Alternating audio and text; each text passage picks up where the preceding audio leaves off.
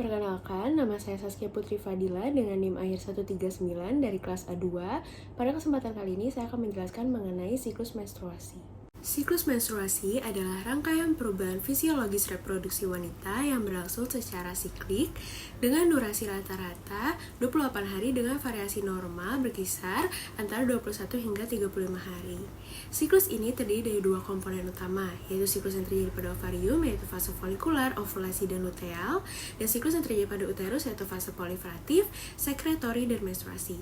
Kedua siklus ini diatur secara harmonis oleh mekanisme hormonal yang kompleks mulai dari hipotalamus hingga jaringan target seperti ovarium dan uterus. Fase folikular dimulai pada hari pertama menstruasi dan berlangsung hingga ovulasi. Pada saat yang sama, fase proliferatif di uterus berlangsung setelah menstruasi selesai hingga ovulasi. Di awal fase ini, hipotalamus melepaskan gonadotropin releasing hormone atau yang disebut sebagai GnRH secara pulsatif yang merangsang hipofisis anterior untuk memproduksi FSH dan LH. FSH memicu pertumbuhan beberapa folikel primordial di ovarium, tetapi hanya satu folikel dominan yang akan terpilih menjadi folikel gravian. Folikel ovarium terdiri dari dua jenis sel yang bertanggung jawab untuk produksi hormon, di antaranya sel TK dan sel granulosa. LH merangsang sel TK pada folikel untuk menghasilkan androgen yang kemudian dikonversi menjadi estradiol oleh sel granulosa melalui enzim aromatase yang diinduksi oleh FSH.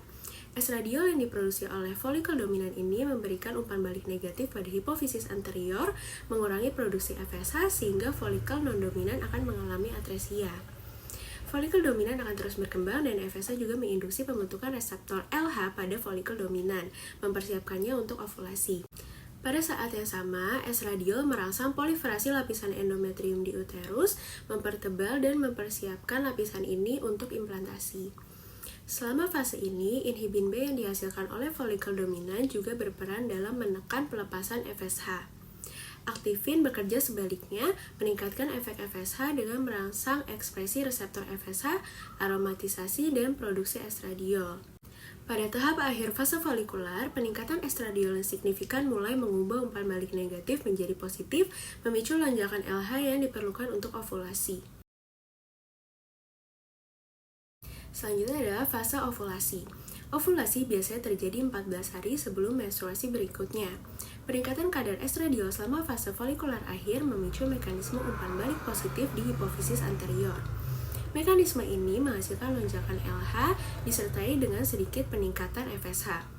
Lonjakan ini menginduksi pelepasan oosit dari folikel gravian, dan progesteron yang dihasilkan oleh folikel selama lonjakan LH meningkatkan aktivasi enzim proteolitik dan prostaglandin yang bersama-sama memecah dinding folikel untuk memungkinkan pelepasan oosit.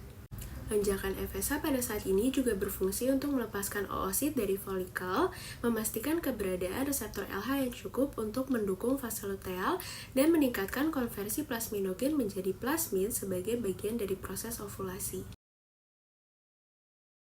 Fase selanjutnya dalam siklus menstruasi adalah fase luteal dan sekretori. Fase ini berlangsung selama 14 hari dengan progesteron sebagai hormon dominan yang distimulasi oleh LH. Progesteron mempersiapkan endometrium untuk implantasi dengan merangsang diferensiasi kelenjar endometrium menjadi kelenjar sekretorik yang menghasilkan sekresi kaya glikogen. Progesteron juga meningkatkan pembentukan pembuluh darah spiral untuk memperbaiki suplai darah ke endometrium. Progesteron memberikan umpan balik negatif pada hipotalamus dan hipofisis anterior yang selanjutnya menekan pelepasan FSH dan LH. Jika fertilisasi tidak terjadi, korpus luteum akan mengalami degradasi menjadi korpus albikan, menyebabkan penurunan kadar progesteron dan estradiol secara mendadak, dan penurunan ini memicu vasokonstriksi dari arteri spiral dan apoptosis dari sel-sel endometrium, yang pada akhirnya menyebabkan desquamasi lapisan fungsional endometrium, dan proses ini dikenal sebagai menstruasi. Sekian penjelasan saya mengenai siklus menstruasi. Terima kasih banyak atas perhatiannya.